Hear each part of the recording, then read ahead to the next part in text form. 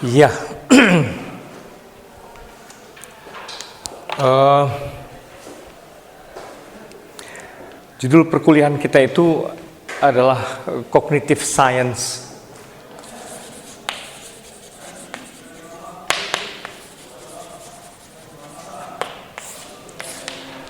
Mengapa ini penting itu kita perlu melihat latar belakang dari perkembangan sains selama ini ya. Jadi kalau lihat perkembangan sains,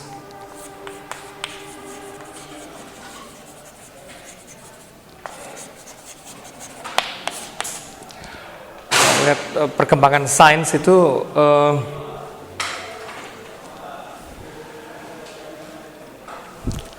ada gerak atau evolusi yang menarik gitu ya.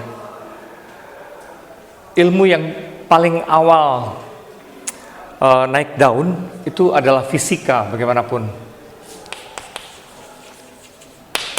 Fisika. Dan itu sudah kurang lebih abad 17-an ya. Abad 17-an itu fisika yang naik daun. Yang berpadu dengan matematika tentu saja lewat orang-orang seperti siapa?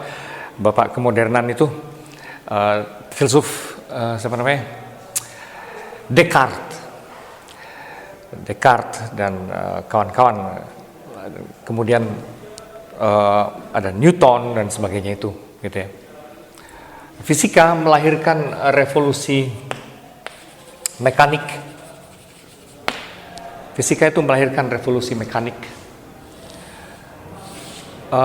Kemudian disusul oleh biologi.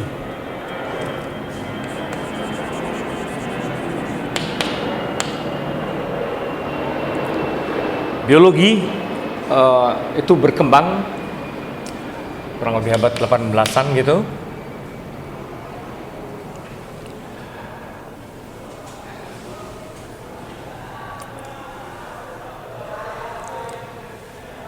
Abad 18-an biologi, dan kita tahu ketika biologi berkembang, orang mulai sampai pada ide soal pembakaran mesin uap dan segala macam itu ya. Maka mesin tadinya masih misalnya ibarat mobil masih di kayu ala sepeda gitu kan ya awal-awalnya gitu. Tapi ketika muncul biologi, orang berpikir mengenai tenaga uap dan sebagainya, soal pembakaran dan sebagainya itu, maka mobil jadi bergerak sendiri, lantas ada kereta api dan segala macam itu dengan sistem pembakaran. Dan kemudian ini melahirkan, seperti kita tahu, mesin-mesin yang bergerak sendiri ini melahirkan revolusi industri.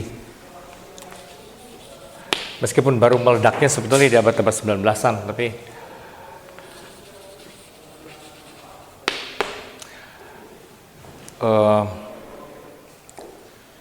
bagaimana mesin itu kemudian bergerak sendiri, bekerja sendiri menjadi otomatis, katakanlah begitu ya.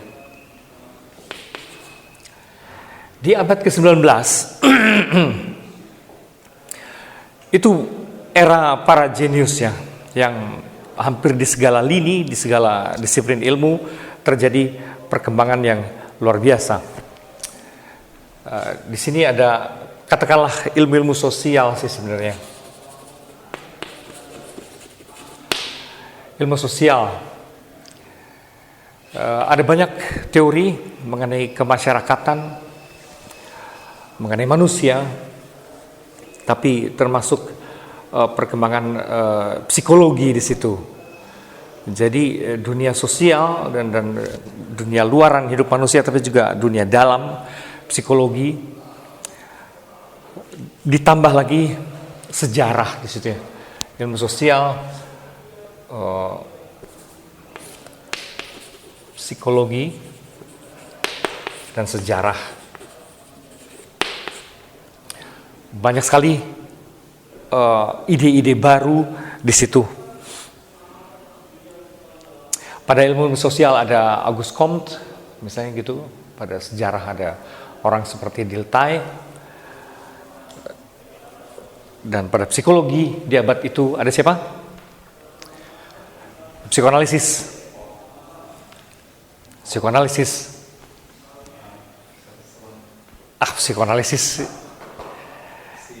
Iya, Sigmund Freud dan ada Jung dan segala macam itu. Ini era para jenius ya. Jadi ada Auguste Comte untuk sosiologi, ada psikologi, ada Freud dan turunannya pada Dilthey, ada pada sejarah ada Dilthey.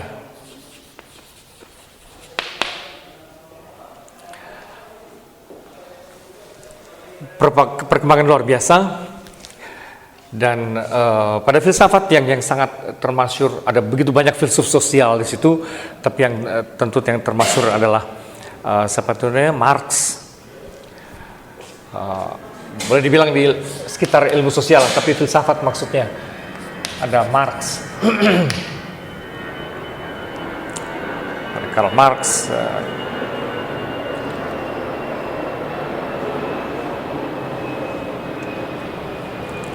Dan sebagainya. Tapi intinya kemudian ini melahirkan segala ide yang begitu brilian dan bermunculan, itu melahirkan revolusi sosial. Revolusi sosial yang di kemudian hari katakanlah split menjadi dua arus besar, demokrasi dan sosialisme atau marxisme, komunisme. Itu dua kubu yang di kemudian hari melahirkan perang dingin itu ya, konflik ideologi antara demokrasi dan sosialis komunis. Pendeknya ini adalah revolusi sosial. Nah, di abad ke-20 itu yang berkembang adalah ilmu kognitif sebenarnya. Informasi boleh dibilang gitu ya. Katakanlah ini era informasi. Perkembangan ilmu informasi yang sangat ditopang kuat sekali oleh cognitive science.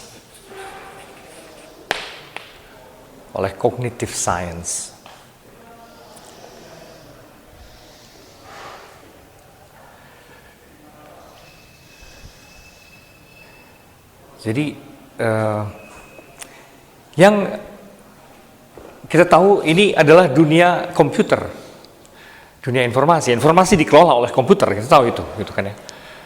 Ini bahwa terjadi revolusi komunikasi maupun revolusi informasi. Sebutlah revolusi informasi secara garis besar. Revolusi informasi. Ini abad informasi, boleh dibilang begitu.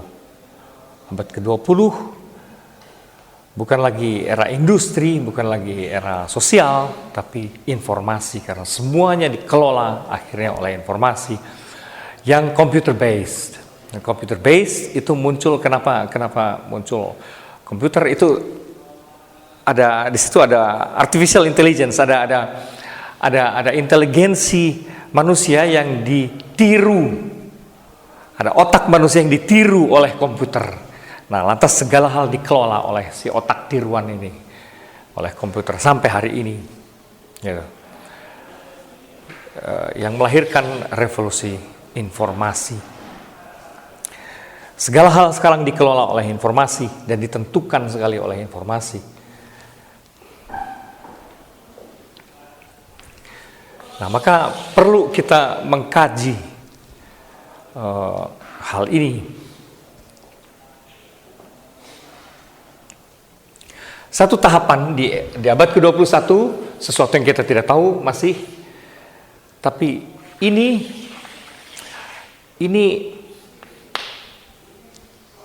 akan menuju sesuatu yang lebih. Oke, kalau kita lihat begini, ini tuh kan ada garis naik menuju sesuatu yang lebih tinggi kalau dilihat dari sudut sini. Ada gerak dari eksterioritas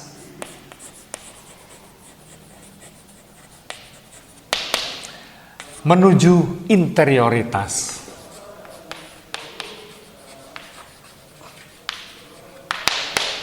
Kelihatan nggak?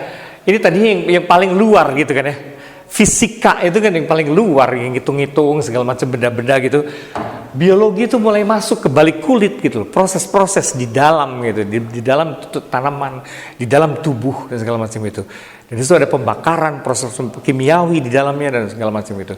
Metabolisme dan seterusnya, makin ke dalam. Ini makin ke dalam dunia manusia. Ya toh, ini makhluk hidup, tapi ini makin khas dunia manusia itu kayak apa?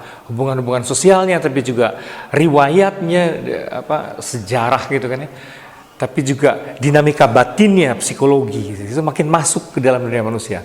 Ini dari luaran makin masuk ke dalam dunia manusia. Makin masuk ke balik kulit, makin masuk ke dalam dunia manusia yang spesifik. Dan di sini makin masuk ke otaknya, gitu kan. Kebayang nggak? Makin masuk ke otaknya di sini. Dalam cognitive science makin masuk ke otaknya. Nah, di abad ke-21 memang kita tidak tahu apa itu gerangan. Menurut kalian ke arah mana itu? Makin masuk ke dalam lagi. Makin masuk ke dalam lagi. Dari luaran makin masuk ke dalam, makin masuk ke otaknya, makin masuk ke apanya sekarang kemudian?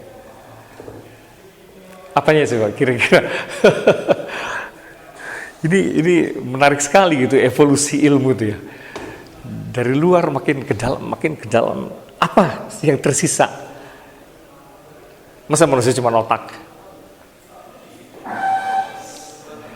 Ya, semacam itu. Memang secara garis besar kita ada sebutan yang selama ini haram diperbincangkan dalam dunia sains, yaitu soul, spirit. Ini hal yang apaan gitu ya, dalam dunia sains nggak pernah disentuh itu. Karena sampai abad 19 khususnya, sains nyaris identik dengan ateisme. Sementara ruh, hati itu selalu ada kaitan dengan asosiasinya dengan sesuatu yang bernama Tuhan lah, apalah gitu. Yang selama ini agak jijai gitu dunia sains ngomongin seperti itu gitu ya.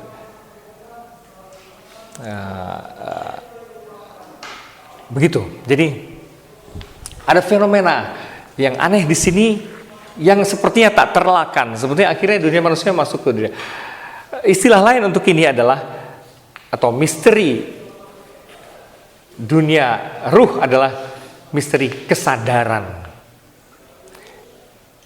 Kesadaran itu apa gitu itu? Atau ada wilayah yang lebih pelik lagi, yang lebih haram lagi dibicarakan dalam dunia sains, hati gitu ya. Ini dunia-dunia yang terra incognita boleh dibilang ya. Ini wilayah yang tak pernah dirambah oleh sains. Wilayah aneh gitu ya. Dalam bahasa klasik sebutnya terra incognita, ranah yang tak pernah dirambah ya, dan tak pernah diketahui apa juga itu. Terra incognita itu sebenarnya soul. Barangkali ini semua 3 kata untuk hal yang sama, siapa tahu, karena kita juga nggak tahu itu. Ruh itu apa, kesadaran, hati, sukma, sebut aja apalagi nyawa, sukma, apalagi sebutan-sebutannya kan kita juga nggak jelas. Jiwa, ada banyak selalu misalnya kayak dalam kejawen segala macam orang memilah-milah hati di mana, jiwa di mana, sukma di mana, tapi ya kita nggak tahu sebenarnya apa gerangan. Jangan-jangan itu semua satu gitu.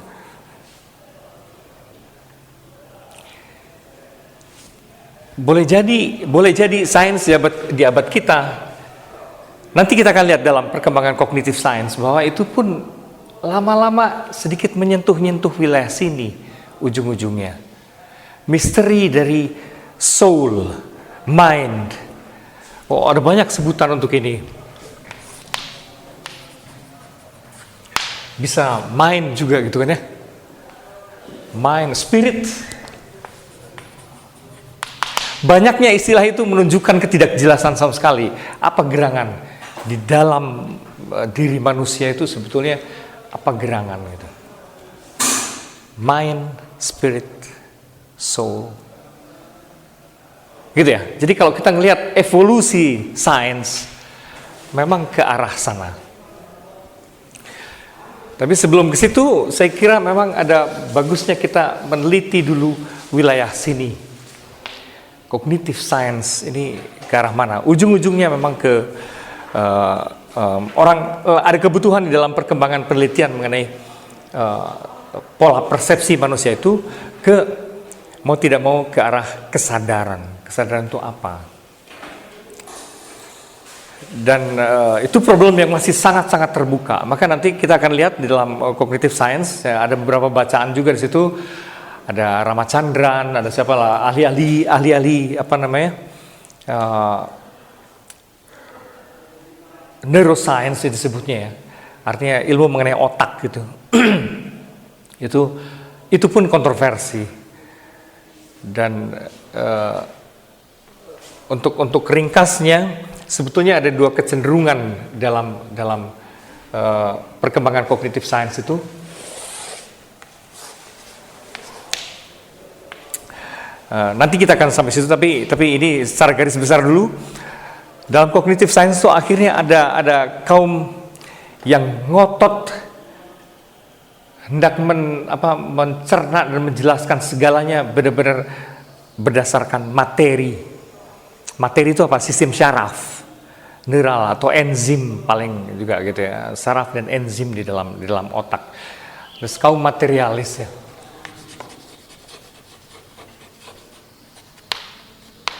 Kaum materialis, Daniel Dennett, terus apa lagi namanya itu nanti ada Sam Harris, Daniel Dennett, terus ada siapa yang bikin Selfish Jane yang populer sekali, Richard Dawkins, segala macam itu. Ini wilayah itu. Di sini Richard Dawkins, Daniel Dennett. Terus apa lagi, Sam Harris,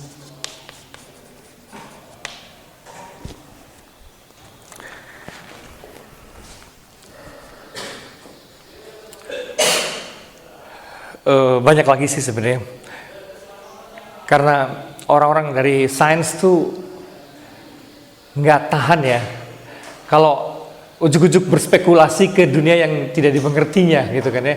Kesadaran, apaan itu? Mind, apaan itu? Harus bisa dihitung dong gitu kan ya. Apa itu? Ya gen, gen kayak gitu-gitu. Terus itu saraf, enzim dan semua itu, gitu-gitu. Nah buat kelompok ini soul dan segala macam itu hanya side effect gitu. Bagaimanapun ini hanya side effect dari kinerja material.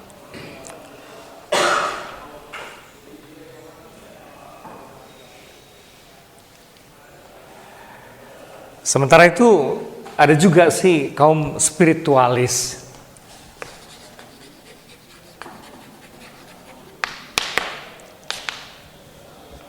yang sebenarnya menarik di situ. Ramachandran salah satu yang di wilayah ini.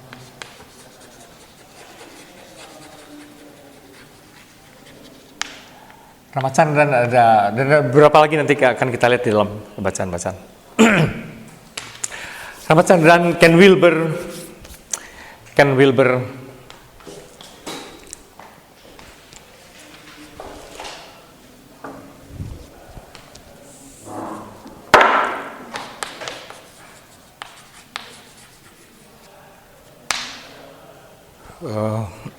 terus apa namanya, Umberto Maturana.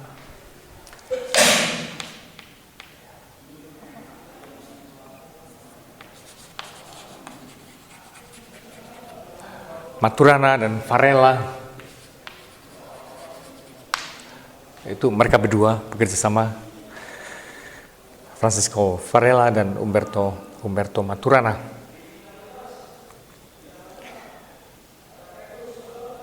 Di antara itu ada ini yang akan kita baca juga, siapa itu namanya, Fritjof Capra. Fritjof Capra mencoba menjembatani, saya kira, dua wilayah ini. Fritjof Capra di antara itu gitu ya. Menarik.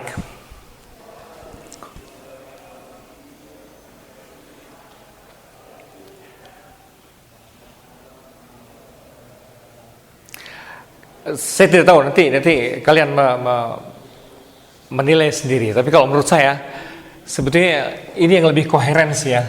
Betapapun ini ya, kaum spiritualis ini masih lebih koheren, sebenarnya lebih meyakinkan sih daripada mereka yang ngotot kekeh gitu di materialis gitu kan ya. Lama-lama menjadi maksa gitu kesan saya yang materialis tuh.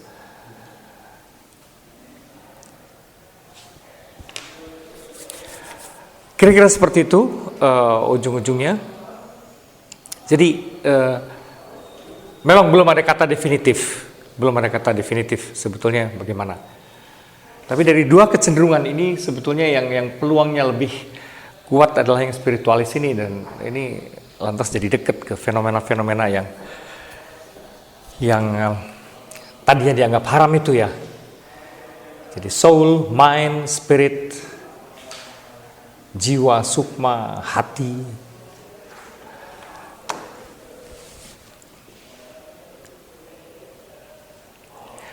Kalau dilihat dari sudut ini sih nanti memang sih dunia spiritual naik daun lagi mestinya, tapi secara baru ya.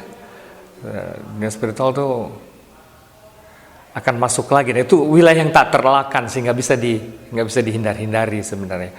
Tak terelakkan karena ya itu bagian yang begitu intim dalam dunia kita. Ada komentar dulu sampai sini?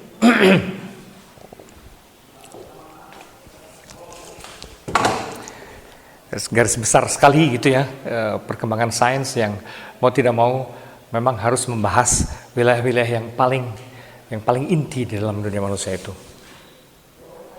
Tapi sekarang kita sudah mengalami kan dunia informasi ini, yang dalam banyak hal memang sangat menakjubkan kan.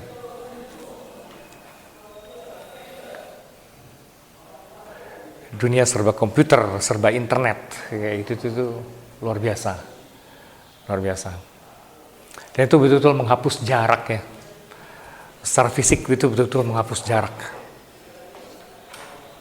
Sehingga orang berada dimanapun selalu bisa keep in touch dengan lewat alat-alat sederhana seperti BBM-an atau apa kayak gitu-gitu ya. Itu tuh almost instant, orang bisa chatting, dia berada dimanapun di bumi ini gitu.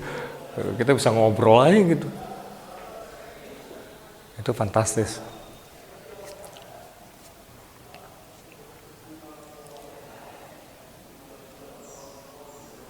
Ya, maka sekali lagi penting untuk memahami bagaimana itu berproses ilmu ini, cognitive science ini. Bagaimana dia berproses dan akhirnya menghadapi persoalan apa. Oke, nanti sistemnya adalah di paruh pertama dalam semester ini kita akan melihat sejarah garis besar sekali. Ya antara penting dan tidak penting sekurang-kurangnya sebagai riwayat gitu, bagaimana dia berkembang, ada perlunya gitu. Tapi dari sudut itu penting, tapi dari sudut lain bisa menjadi tidak penting karena apa? Karena temuan-temuan mutakhir akhirnya seperti merelatifkan semua yang dulu gitu loh.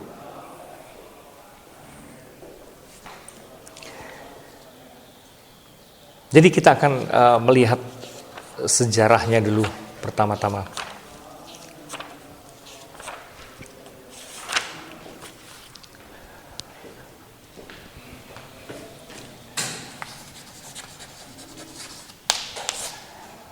sejarah dari cognitive science.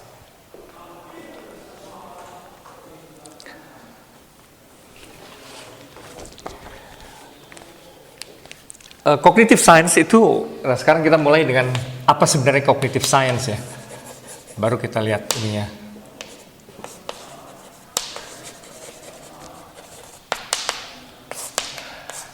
Cognitive science adalah kajian multidisipliner. Jadi ini memang multidisipliner.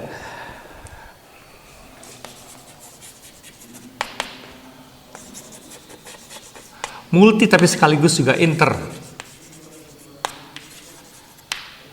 disipliner tentang cara kerja dan peranan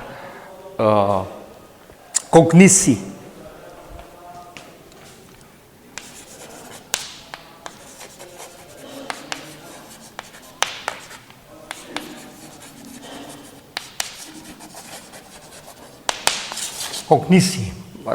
cara manusia mencerap dan memahami realitas sekelilingnya gitu.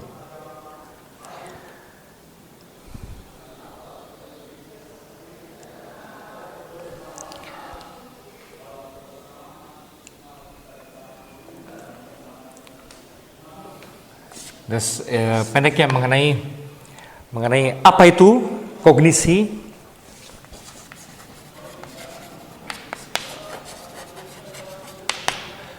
Apa itu kognisi, lantas bagaimana dia bekerja.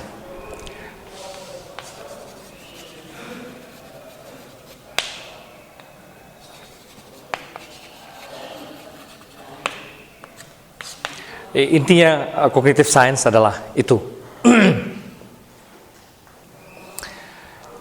Ya, kalau mulai ke sejarahnya sebetulnya baru terasa bergulir ilmu ini di tahun-tahun 70-an. Berawal dari mulai tahun 70-an. Dan ilmu-ilmu yang menyumbangkan di wilayah sini banyak sekali. Ada banyak sekali di situ, yaitu awal-awalnya adalah computer science.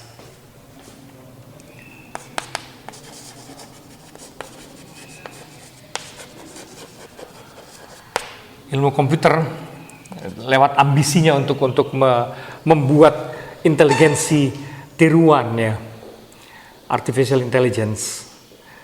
Itu lama-lama dia membutuhkan banyak input dari ilmu-ilmu lain.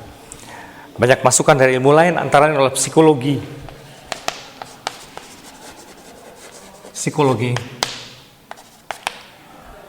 Terus itu tidak cukup, dibutuhkan juga neuroscience.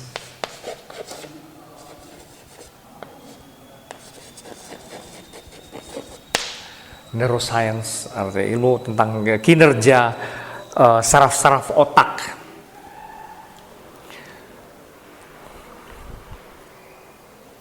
Dari situ ternyata karena komputer itu juga soal bahasa ya, bahasa komputer pada akhirnya kan gitu kan, soal bahasa, maka dibutuhkan juga input dari linguistik.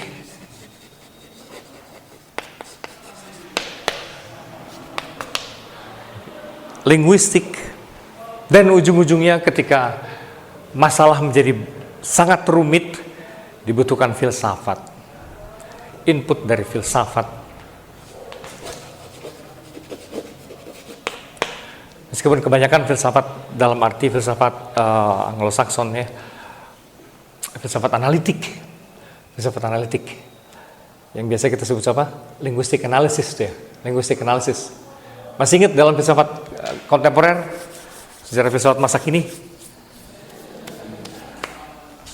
Linguistic analysis siapa tokoh-tokohnya? Ya, Wittgenstein dan kawan-kawan lah ya, yang mengotak-atik bahasa. Berfilsafat dengan mengotak-atik bahasa, bahkan beberapa seperti Austin dan sebagainya itu mencoba mengkodifikasi logika Logika dikodekan di dalam bahasa matematik.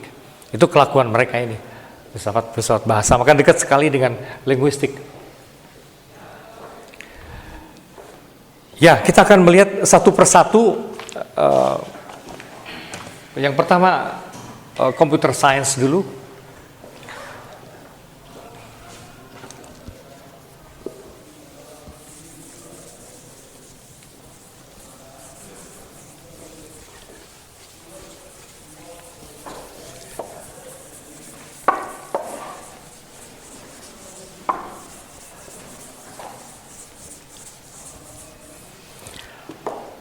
Oh ya, jadi apa setengah semester kita akan lihat sejarahnya ini agak rinci gitu, bagaimana dia berkembang. Kemudian tengah semester yang berikutnya kita akan mulai presentasi membaca berbagai tulisan dari tokoh-tokoh yang tadi saya sebut ya. Ada nanti akan saya copy beberapa bacaan ini. Dan nanti kalian presentasi atas kita diskusi. Baik, yang pertama adalah computer science.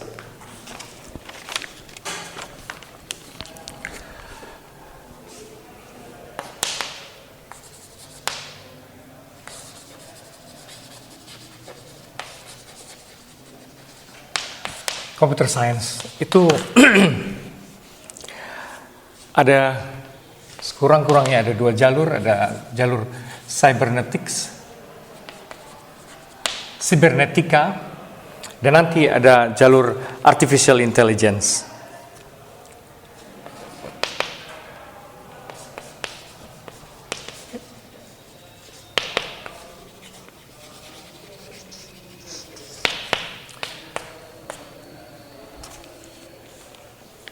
Permulaan adalah sibernetika. Sibernetika itu adalah ilmu ya kontrol ya, ilmu yang mengontrol, ilmu yang mengendalikan sistem.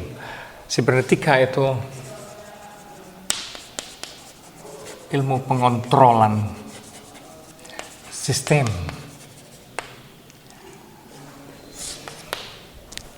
Ilmu pengontrolan sistem. Nah, di situ pertama-tama di pertengahan abad ke-19 itu ada orang Prancis yang seorang fisiolog Prancis bernama Claude Bernard.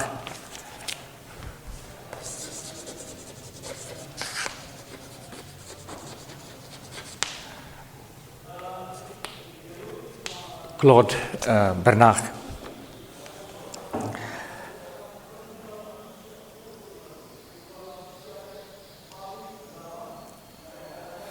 Sederhana sebetulnya bahwa kalau sesuatu sistem itu ya mendapat tekanan berlebihan dari luar, maka mekanisme di dalamnya akan bikin adjustment, akan membuat penyesuaian.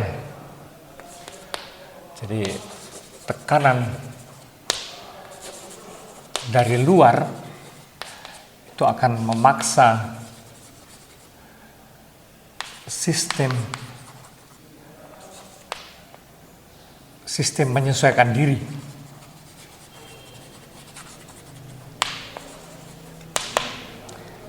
Karena dia seorang fisiolog ya, jadi gitu. Tekanan dari luar akan memaksa mekanisme di dalam itu menyesuaikan diri. Segala subsistem di dalam itu akan kemudian menyesuaikan diri. Itu inti dari penelitian Claude Bernard.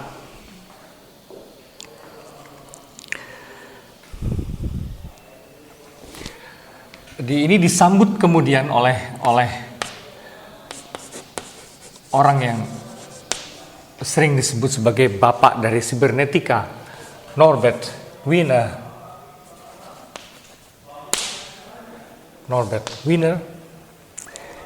Dia melanjutkan inspirasi dari Claude Bernard itu. Dia bilang persisnya apa sistem di dalam yang menyesuaikan diri itu. Itu disebutnya sistem feedback, umpan balik.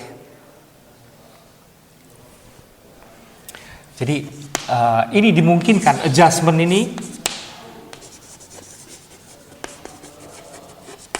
adjustment, penyesuaian diri itu dalam kontak dengan interaksi dengan luarnya itu dimungkinkan oleh sistem informasi, kata dia,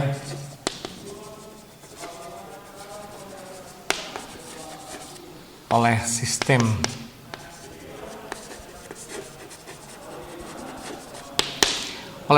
informasi yang melahirkan feedback.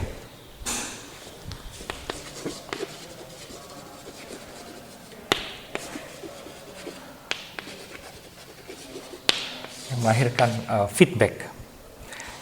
Feedback ini, umpan balik ini adalah kata kunci untuk pemikiran sistem di kemudian hari.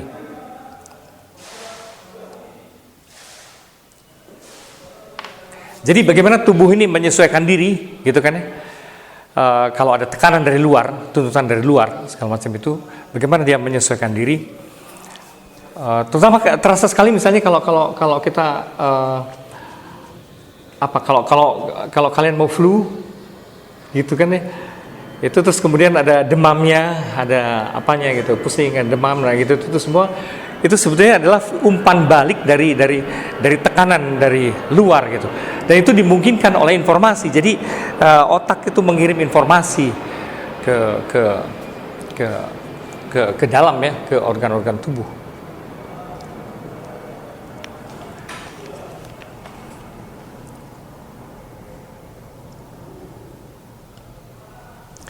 Dengan kata lain, feedback ini adalah juga sistem komunikasi.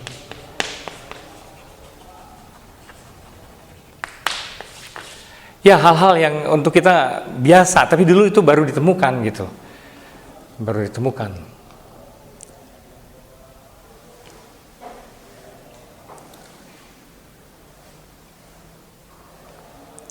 Nah, kalau pentingnya apa? Ketika sudah menemukan bahwa ada sistem informasi, ada sistem komunikasi di dalam, yaitu yang disebut umpan balik gitu ya. Kalau gini nanti reaksinya apa? Kalau gini, sebenarnya itu kata lain untuk stimulus dan respons zaman dulu ya. Kan sebenarnya itu kan ada perangsang, ada respons kayak gitu kan ya. Tapi mungkin ini lebih spesifik ya di dalam mekanisme tubuh kita. Nah, kalau ada pentingnya adalah kalau ada sistem komunikasi gitu, sebetulnya akan dimungkinkan kalau ada sistem feedback atau sistem komunikasi, maka dimungkinkan dua hal. Pengontrolan gitu dan programming. Sebetulnya kita bisa bikin gitu kan ya. Kalau sudah diketahui ada pola komunikasi seperti itu, maka kita bisa memprogram. Maka kita bisa arahkan ke suatu tujuan tertentu mekanisme ini.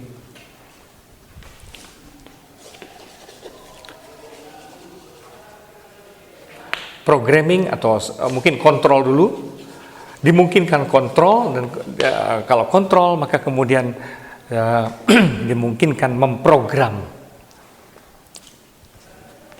Kalau kita bisa mengendalikan sesuatu gitu, maka kita bisa mengarahkan dia kan. Kalau kita sudah tahu mekanisme kerja suatu sistem, maka kita bisa mengarahkan ke suatu tujuan.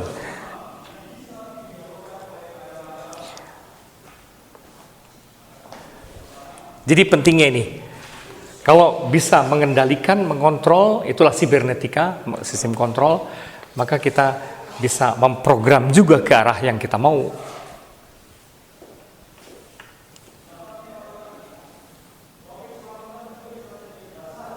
Ketika orang, kalau dalam secara populer, ketika orang bisa menghipnotis, misalnya gitu kan ya, itu kan berarti menguasai mekanisme otak kita. Bisa menghipnotis, orang kan bisa mengsugesti dia. Gampang sekali gitu. Memprogram berarti mensugesti orang ke arah berpikir tertentu. Bayangkan Anda sedang makan enak misalnya gitu kan ya. Terus dia makan enak. Terus kemudian dimakannya bata gitu kan ya. Dia kan diprogram sedemikian gitu ya untuk. Jadi mulai ada unsur teleologis ketika suatu sistem dikuasai, lantas ini kekhasan dunia manusia. Ketika dia menguasai sistem, dia bisa make use of it, gitu kan ya, memanfaatkan itu ke arah tertentu. Jadi unsur program itu mengandung unsur teleologis, ada tujuan tertentu yang kita paksakan gitu. Nah, ini soal cara berpikir awal tuh gitu. Kalau gitu komputer dimungkinkan kita membuat mesin yang kelak disebut komputer gitu. Karena kita bisa program tertentu, lantas kita mengontrol cara kerjanya bagaimana. Ya, setapak demi selangkah demi selangkah gitu ya. Sekarang kita taunya komputer yang semakin canggih, tapi sebetulnya awalnya idenya itu bertahap sederhana sebenarnya. Soal menguasai sistem, kemudian memprogramnya. Nah, nanti ditambah lagi rincian-rincian misalnya dari jalur ini, artificial intelligence.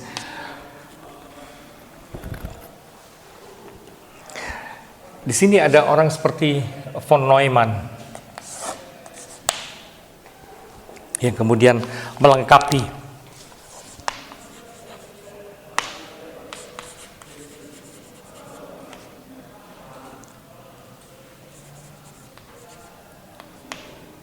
von Neumann. Dia menemukan bahwa program itu memang dimungkinkan karena rupanya setiap sistem itu bekerja melalui memori. Menurut dia sistem bekerja dengan ingatan, dengan memori, maka pemrograman bisa dimungkinkan di situ.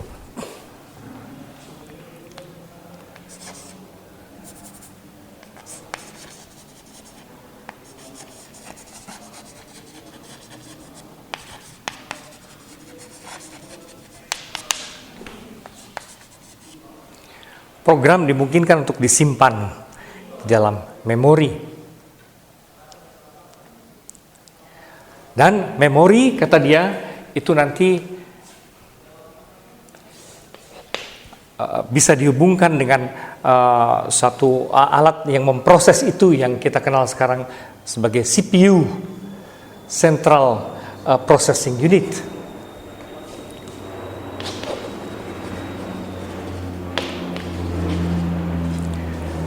CPU, Central Processing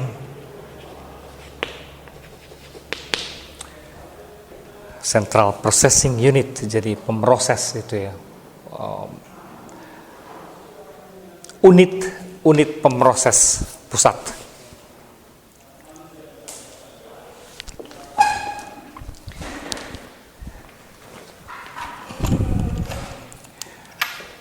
Maka kita tahu komputer itu ini dua kata ini menjadi kata kunci dalam dunia komputer. Ada memori, ada CPU, gitu. Kemudian nanti ini dilengkapi lagi oleh orang-orang lain.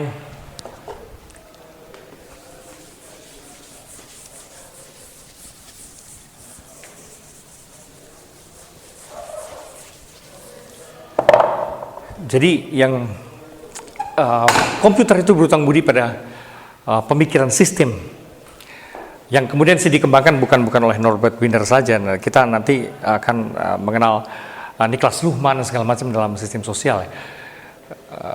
Teori sistem itu berkembang lebih jauh lagi, dan kemudian nanti ujungnya ke Umberto Maturana dan kawan-kawan. Tapi awalnya adalah ini dari Norbert Wiener dan dilengkapi dalam kerangka berpikir komputernya dalam soal memori maupun CPU oleh von Neumann. Terus ada orang lagi yang memberi kelengkapan lebih rinci. Ada George Boole.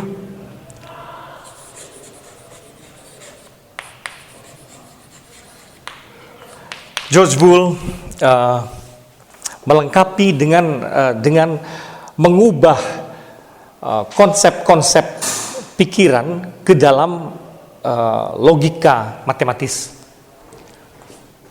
menerjemahkan, sebutlah gitu, menerjemahkan konsep-konsep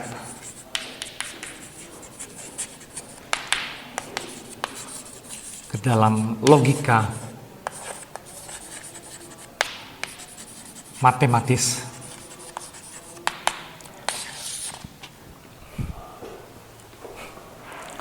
yang di dalam dunia filsafat disebut sebagai symbolic logic, logika simbolik ya.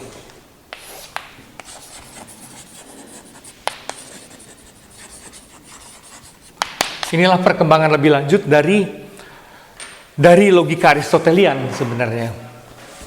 Biasanya kalian cuma dapat kalau dalam dunia filsafat kan cuma dapat dari logika Aristotelian kan. Tapi sebetulnya lebih lanjut itu dikembangkan di dalam logika simbolik menjadi simbol-simbol matematis. Dan itulah yang dipakai dalam dunia komputer. Sehingga dulu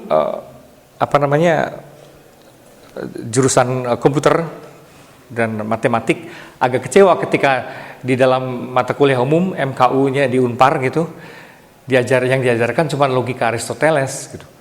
Loh, yang kami butuhkan bukan cuma itu, logika simbolik.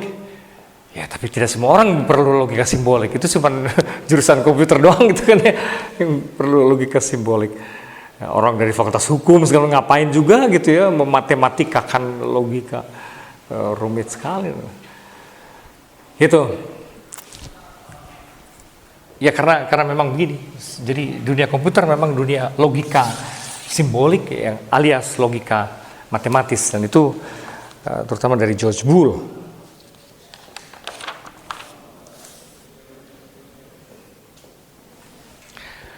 Kemudian semuanya ini dikelola kemudian oleh dalam bentuk komputasi, bentuk sederhana oleh Alan Turing.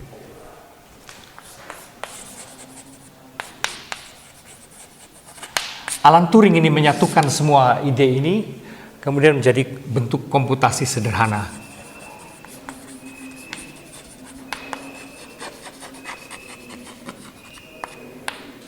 Artinya gimana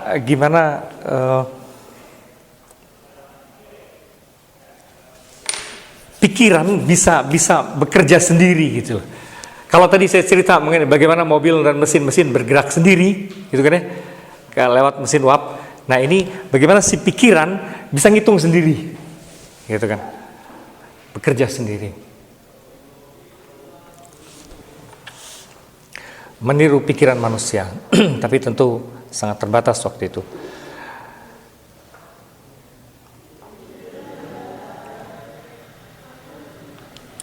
Ada orang lain lagi yang masih melengkapi di wilayah artificial intelligence ini, yaitu Herbert Simon.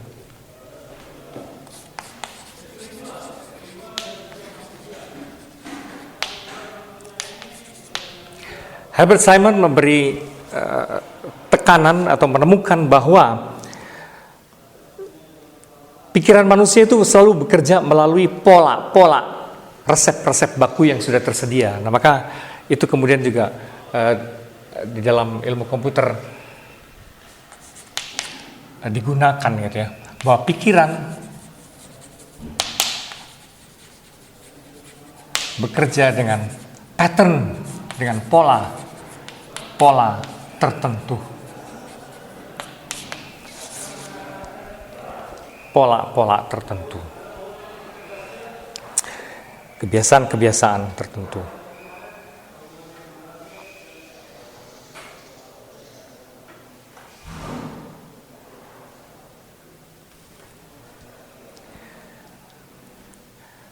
Kan kalau ketika Anda melihat papan tulis hitam ini gitu, langsung Anda berpikir mengenai pelajaran gitu kan ya. Karena terbiasa sejak kecil juga Anda dapat pelajaran lewat papan tulis gitu. Jadi kayak gitu. Itu direproduksi. Pikiran itu tidak selalu sangat kreatif. Dia banyak sekali sebetulnya menggunakan pola kebiasaan. Pattern-pattern tertentu. Saya ingat ketika saya melihat jejeran motor-motornya di Bangkok. Otak saya lantas berpikir ini ojek gitu kan. Gitu kan. Karena di Indonesia itu ojek. Ternyata bener loh, itu ojek. Ada juga ojek. Gitu. Maksudnya, ini ojek nih gitu ya. Itu kan pola gitu. Itu terbiasa dengan berpikir dengan pola.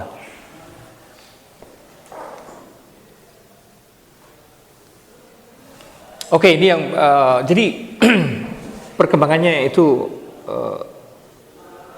banyak sumbangan dari para saintis yang melakukan eksperimen-eksperimen, dan mereka masing-masing menemukan aspek-aspek tertentu yang penting. Nah, itu semua adalah di wilayah computer science. Sekarang kita bicara di wilayah psikologi.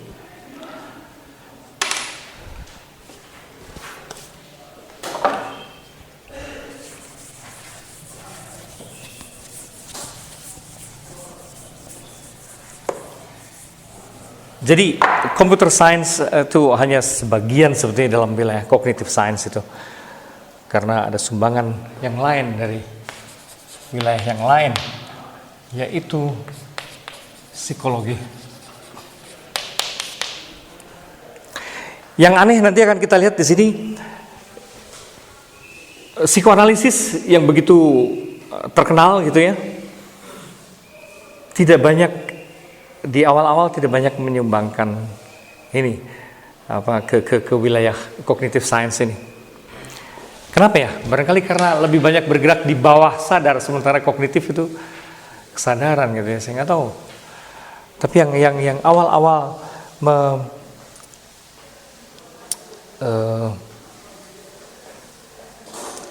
berperan di dalam sini adalah behaviorisme.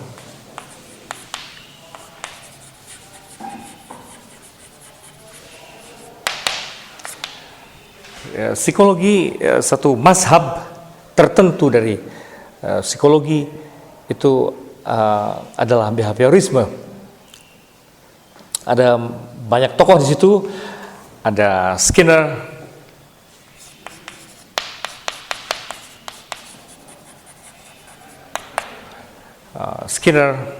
lantas John Watson,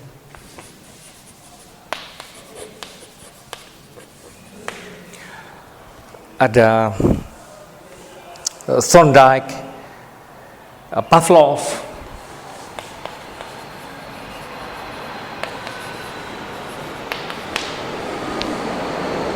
dan sebagainya.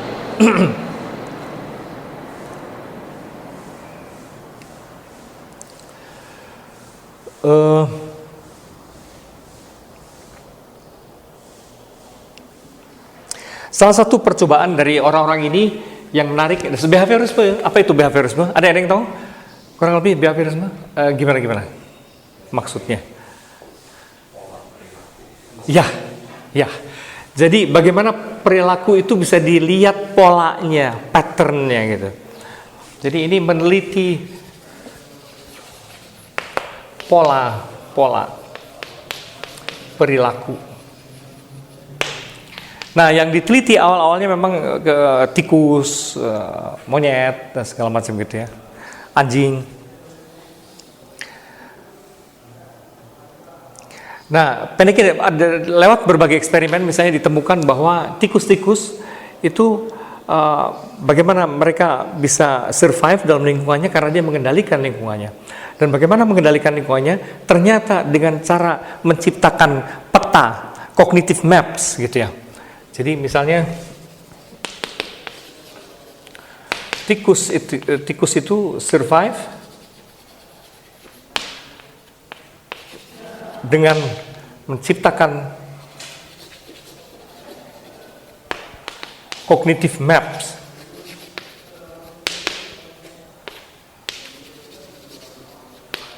Peta-peta kognitif ini. Ya, di otaknya. Kita tahu sebenarnya dari hal yang sederhana. Kalau sekali kita pasang perangkap tikus yang ngejepret itu, gitu kan ya? Ya terus dia nggak balik lagi loh. Kalau beberapa kali kena gitu, sering kali paling cuma 1-2 kali kena. Selebihnya nggak akan balik lagi, dia udah tahu Oh, kayak beginian nih perangkap gitu. Udah tahu betapapun menawan di situ ada keju atau ikan asin atau apapun, nggak akan balik lagi tikusnya. Karena dia sudah menciptakan peta baru gitu. Ya gitu. Jadi rupanya makhluk-makhluk hidup tuh bukan cuma tikus, makhluk-makhluk hidup menciptakan cognitive map tertentu. Jadi semacam belajar dari pengalaman dan dari situ itu menciptakan pola-pola baru.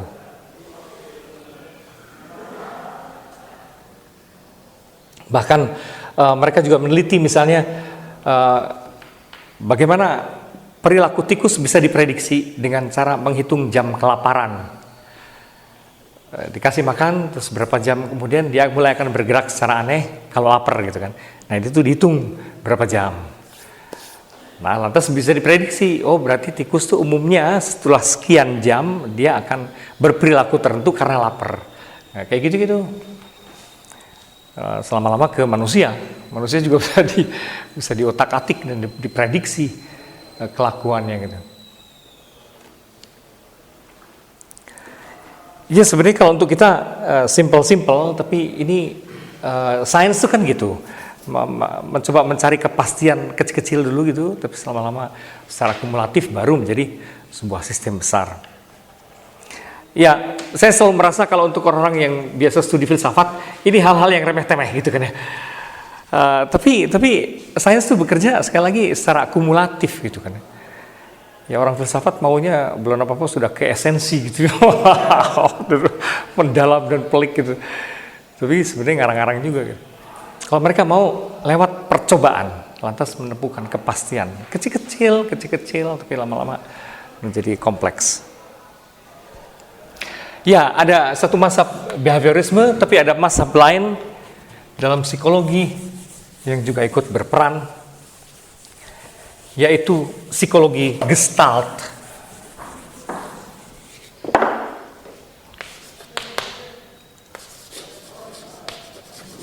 Gestalt.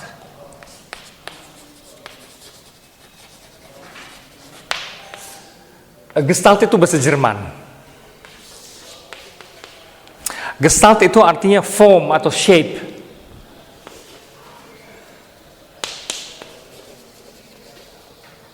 Bentuk ya, bentuk. Nah ditemukan bahwa dan bentuk itu khususnya bentuk keseluruhan ya.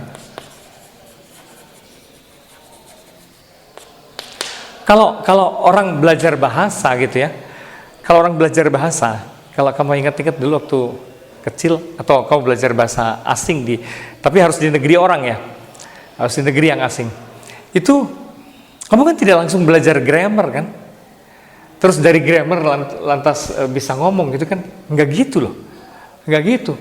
Kamu tangkap omongan orang ini ngerti nggak ngerti gitu. Terus beserta gesturnya dia maunya apa, kita nggak tahu kata-kata dia apa. Tapi kalau lihat gerakannya kayaknya dia nyuruh gue apa gitu ya.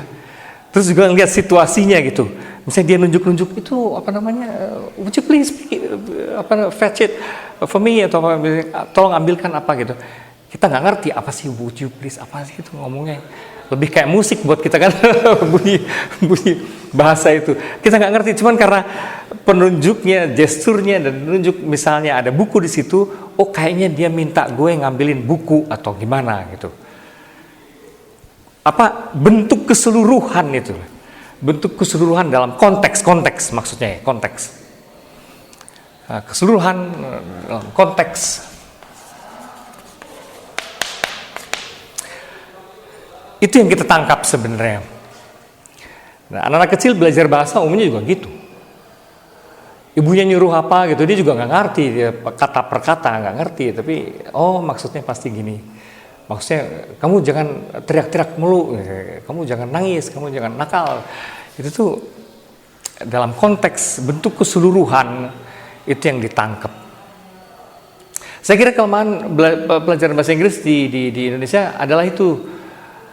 Tidak natural karena terlalu gramatikal kali ya, maka jadi nggak bisa kitanya.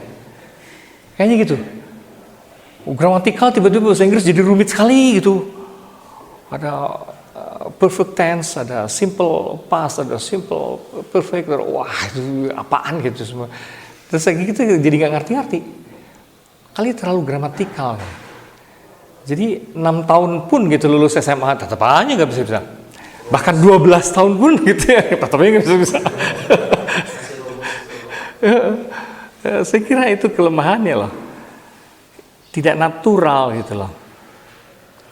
Lantas kalaupun bisa di akhirnya kita juga nggak bisa ngomong, bisa baca doang, pasif.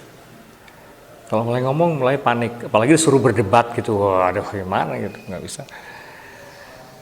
Saya kira itu kelemahan umum di Indonesia tuh, belajar bahasa juga nggak gestalt gitu ya. Ya itu sumbangan dari gestalt, psikologi gestalt. Jadi orang menangkap sesuatu tuh lewat bentuk keseluruhan, dan maksudnya keseluruhan itu di dalam ruang dan waktu, di dalam konteks ruang dan waktu.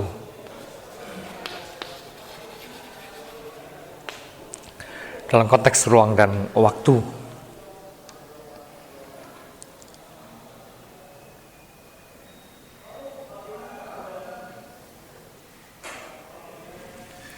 Khususnya yang sangat berperan besar di sini Gestalt Psychology adalah Wolfgang Köhler.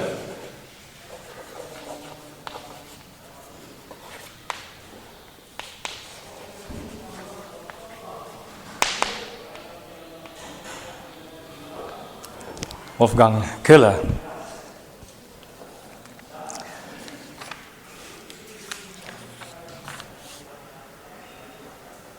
Kemudian ada psikologi perkembangan juga, menyumbangkan sesuatu, developmental psychology.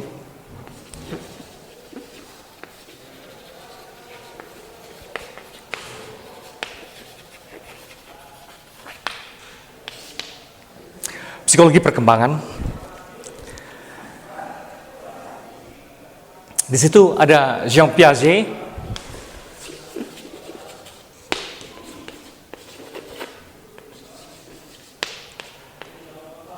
Jean Piaget, orang Prancis, yang meneliti perkembangan kognitif seorang anak, bagaimana seorang anak berpikir itu ya, tahap-tahap pemikiran, tahap pola berpikir, kognitif sebutlah gitu. Tahap-tahap pola kognitif itu yang disumbangkan oleh Jean Piaget.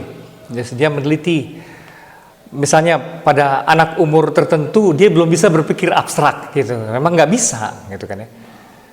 Saya masih ingat ketika saya bilang ke anak saya waktu itu, saya kira umur 3-4 tahun, Gil, hari ini kita nggak makan di sini, kita makan di luar. Banyak angin dong Pak, katanya dia. Di luar itu, di luar gitu ya, harafiah sekali gitu. Maksudnya makan di restoran gitu, tapi di luar, bayangan itu di luar. Terus misalnya teman dekat kamu siapa? Nggak ada yang Pak, dekat-dekat semuanya jauh gitu, maksudnya ada rumahnya. Jadi gitu, dia nggak kebayang teman dekat tuh sahabat gitu, nggak kebayang ya, abstrak. Terlalu abstrak. Semuanya jauh lah ya, semua jauh. Nah kayak gitu, itu diteliti pada tahap apa dia berpikir apa gitu, kerangka berpikir itu diteliti oleh Jean Piaget, banyak dimanfaatkan. Pernah dapat dalam filsafat etika moral, ada perkembangan moral dari siapa? Lawrence Kohlberg itu memanfaatkan berdasarkan tahap-tahap kognitif dari Jean Piaget. Kemudian dalam jadi misalnya pada anak umur tertentu misalnya gitu kan ya, dia tidak bisa mencerna bahwa sesuatu itu bisa sekaligus baik dan buruk, nggak bisa, harus hitam putih. Kalau sesuatu itu baik ya baik, nggak mungkin buruk dong. Kalau sesuatu itu buruk, ya buruk. Tapi baru pada tahap seumur berapa nanti gitu ya, dia baru ngerti. Jadi menipu itu bisa baik kalau tujuannya baik gitu kan ya. Nah itu tuh, mulai itu tuh rumit. Nah itu perkembangan kognitif yang pelik gitu kan ya. Bahwa sesuatu tuh bisa boleh sekaligus tidak boleh gitu tuh, wah rumit sekali gitu. Nah itu hanya di umur tertentu bisa, itu bersama dengan pemikiran abstrak dan segala macam gitu. Nah itu biangnya, dan sampai hari ini saya kira yang paling besar meneliti tahap-tahap kognitif itu adalah Jean Piaget. Bacanya Piaget ya, jangan Piaget. Jean Piaget. Kemudian ada psikologi sosial juga.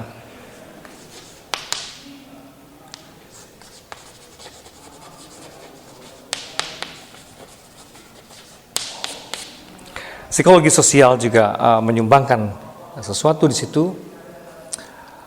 Kurt Lewin dan Leon Festinger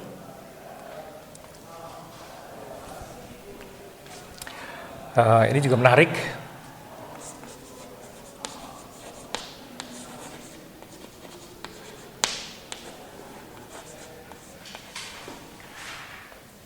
Kurt Lewin dan Leon Festinger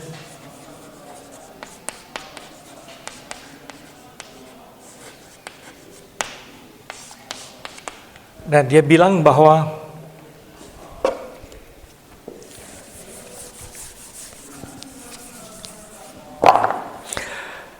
teori yang terkenal adalah yang disebut cognitive dissonance. Teori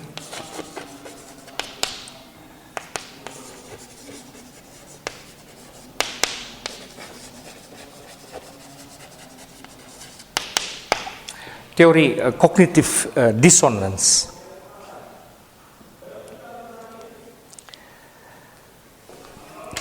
Dan ini konkret sekali dan biasa kita lakukan. Jadi kalau ada diskrepansi, kalau ada disonans, kalau ada ketidaksesuaian antara keyakinan dan perilaku kita, maka biasanya diam-diam kita memodifikasi keyakinan.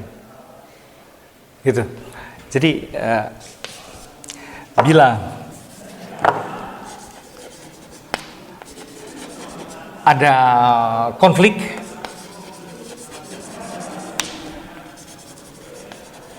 antara perilaku dan keyakinan,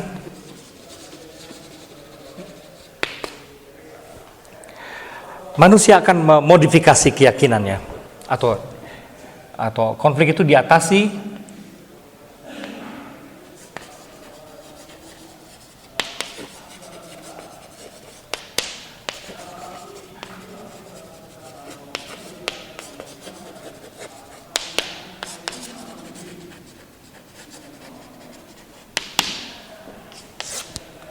memodifikasi keyakinan dengan memodifikasi keyakinan. Biasanya itu paling kentara kalau dalam kaitan dengan hidup religius ya, dalam hidup religius. Jadi kalau menurut keyakinan semula, misalnya perbuatan-perbuatan tertentu itu dikategorikan sebagai dosa, padahal kamu sering melakukan itu, gitu kan ya, maka kamu akan memodifikasi dosa itu sebenarnya apa, atau sebetulnya tidak, itu seluruh ajaran itu mesti ditafsir ulang, gitu kan ya, mesti ditafsir ulang sebagai apa, gitu. Itu umumnya seperti itu. Jadi keyakinannya kemudian ditafsir ulang, dimodifikasi, gitu ya. Kalau ada konflik antara perilaku dan keyakinan. Jangan-jangan semua teologi berasal dari konflik karena itu upaya menafsir secara baru gitu ya. Itu karena ketidaksesuaian dengan praktik-praktik. Ya ini juga mekanisme yang menurut saya biasa gitu.